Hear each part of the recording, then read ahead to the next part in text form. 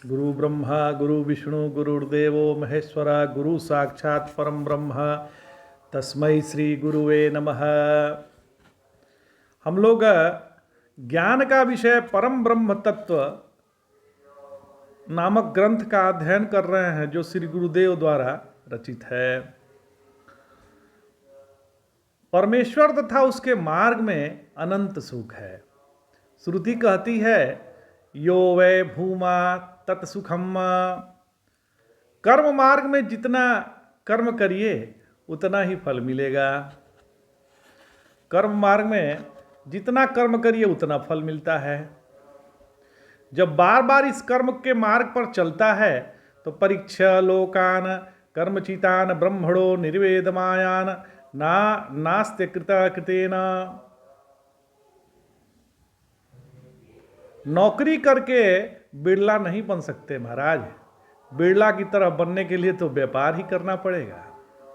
अतः प्रार्थना है कि भगवान मुझे कर्म की नौकरी से छुड़ाकर अब व्यापार में लगाओ। यह भगवान के मार्ग पर में चलने की हिम्मत अभयम का प्रथम लक्षण है। जब यह अभय पैदा होगा तभी सात्विक पूजा के अधिकारी बनेंगे। नारायण उपासना का अर्थ आचार्यों ने किया है समीप बैठना। किसी भी आदमी के पास कैसे लोग बैठते हैं? किसी भी आदमी के पास कैसे लोग बैठते हैं? जो लोग उनके जैसे होते हैं। समान प्रवृत्ति वाले लोगों के अंदर ही स्वभावतः एक प्रकार का आकर्षण होता है। विभिन्न प्रकृति के लोगों में वह आकर्षण नहीं होता। विभिन्न प्रकृति के लोगों में तो संभव ही नहीं है कि वह आकर्षण हो। लोक में भी जल तेल से नहीं मिलता। समान प्रकृति के लोगों का ही मेल होता है। यथा जल में जल डालते ही वह मिल जाता है। दूध और पानी को तो नीर क्षीर विवेक वाला हंस अलग भी कर सकता है। नमक और चीनी मिला दो तो भी चिट्टी उसमें से चीनी को अलग कर सकती है, पर यदि चीनी में चीनी मिला दो तो कोई उसे अलग नहीं कर सकता। पदार्थ की समानता से भेद का पता नहीं चलता। इसी प्रकार यदि हमें परमेश्वर के समीप बैठना है तो समीप बैठने के लायक तो बनना ही पड़ेगा। नारायण ईसाई लोग कहते हैं कि ईसा मसीह पर जो विश्वास करेंगे वह स्वर्ग में जाएंगे। तो यहाँ भी कई मतवादी कहते हैं कि यदि यह मंत्र तुमने सुन लिया तो सीधे वैकुंठ चले जाओगे। स्वर्ग में यदि राग देश युक्त स्वभाव वाले पहुंच जाएंगे तो वे स्वर्ग को नरक बना देंगे, और यदि नरक में शुभ प्रकृति के लोग जाएंगे तो नरक भी स्वर्ग बन जाएगा। सरकार ने कई अच्छे अच्छे मकान बनाकर हरिजनों को दिए, गरीब लोगों को दिए, पर वे मकान साल भर में ही बिगड़कर फिर गंदे हो गए। अच्छे मकान देने से पहले सरकार ने उन्हें अच्छे मकान में रहना नहीं सिखाया था। हम सभी अच्छी से अच्छी वस्तु का प्रयोग करना न जानने से उसे बिगाड़ कर ही रख देते हैं। पहले चीज का उपयोग करना सीखिए महाराज, तब चीज मिलती है। ठीक इसी प्रकार हम परमेश्वर के पास राग द्वेष से भरे विचारों से युक्त होकर जाएंगे तो परमेश्वर के पास रहने वाले के दोष का आक्षेप परमेश्वर पर भी जाएगा। हमें सुख शांति तो नहीं मिलेगी महाराज। अतः उपासना का अर्थ यह है कि परमेश्वर के पास बैठने की योग्यता अपने में लाना है। क्या हम योग्य हैं? तो योग्य नहीं है तो योग्य बनना है। नारायण उपासना का अर्थ बतलाया गया समीप बैठना। तो प्रश्न यह उठता है कि हम परमेश्वर के कितने समीप बैठना चाहते हैं? तो विग्रह योर भेद। जब आप अपने किसी मित्र से मिलते हैं तो गले मिलते हैं। शालोक्य, सामीप्य, सामुज्य, साष्टी, यह 4 प्रकार की मुक्ति शास्त्रों में बताई है। कोई उससे मिल गया तो मुक्ति में ये सब भेद क्यों? यथा तेल और पानी मिल नहीं सकते। हमारे अंदर परमेश्वर के जितने गुणों का अधिक आधान होगा उतना ही हम परमेश्वर के समीप आएंगे। पर राजस और तामस उपासनाओं में यह आवश्यक नहीं होता। होटल में खाने का शौक है तो यह नहीं देखेंगे कि साथ में कौन बैठा है। शराब पीने का यदि शौक है तो यह नहीं देखेंगे कि जिसके साथ बैठकर खा पी रहे हैं वह कैसा है। पर जहाँ रजोगुण और तमोगुण प्रधान नहीं होंगे, जहाँ सूक्ष्म विचार होगा, यथा जहाँ कवि लोग बैठे हुए कविता का विचार कर रहे हैं, वहाँ योग्यता की परीक्षा अत्यधिक हो जाएगी। नारायण दैवी गुणों को अपने अंदर लाना है, तभी परमेश्वर के समीप बैठने के अधिकारी बनेंगे।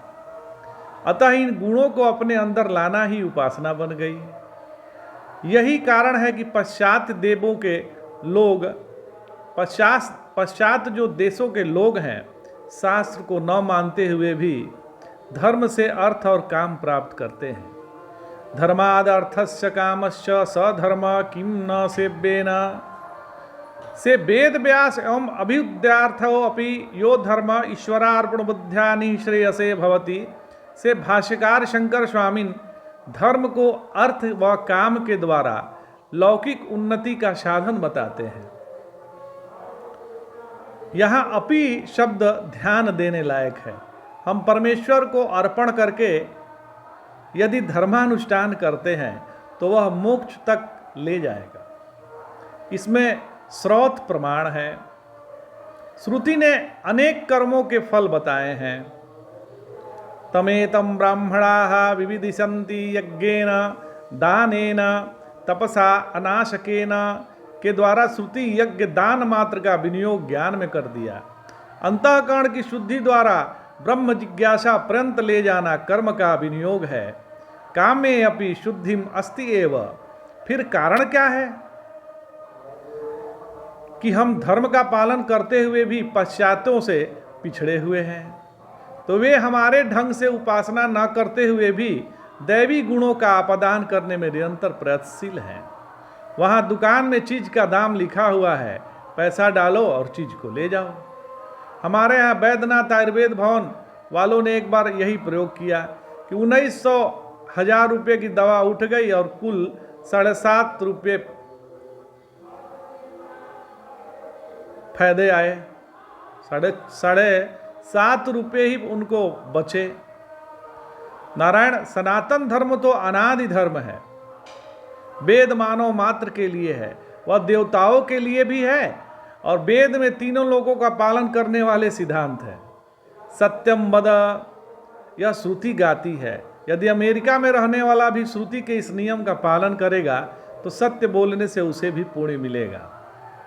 जो कोई भी वेद के जितने नियमों का पालन करेगा वह उससे लाभान्वित होएगा, उसका लाभ उठाएगा। अर्थ और काम की अधिकता के साथ पश्चात देशों में अधिक सुख शांति क्यों नहीं है? क्योंकि वे धर्म के दूसरे अंगों का पालन नहीं करते। अनादि पदार्थ तो उन्हें मिलते हैं पर दुख बना रहता है। हम धर्म के अन्य अनेक अंगों का पालन करते हैं, अतः इतने दुख रहते हुए भी शांति बनी रहती है। मानस और आध्यात्मिक जगत के नियमों का फल सर्वथा भोगना पड़ेगा। वैदिक धर्म उन नियमों को बताता है। नारायण पूर्व मीमांसा के अनुसार वेद नियोक्ता है। चोदना लक्षणार्थो धर्म पर भाष्यकार भगवान शंकराचार्य महाभाग जी कहते हैं कि शास्त्रों ज्ञापक है, कारक नहीं। हाथ पकड़कर न तो शास्त्र तुमसे सत्य बुलवाएगा और न डंडा मारकर शास्त्र का अध्ययन करवाएगा। मुझे शास्त्र का पता नहीं था कहने से काम नहीं चलने का। यद्यपि लड़के को पता नहीं है कि बिजली के तार को छूने से झटका लगेगा, पर क्या बिजली अपना धर्म छोड़ देगी? शास्त्र केवल बतला देता है, फिर वह मौन हो जाता है। शास्त्र आपको बतला देगा, फिर वो आप पर है कि आप चाहें तो उसका लाभ उठाइए और न चाहें तो न उठाइए।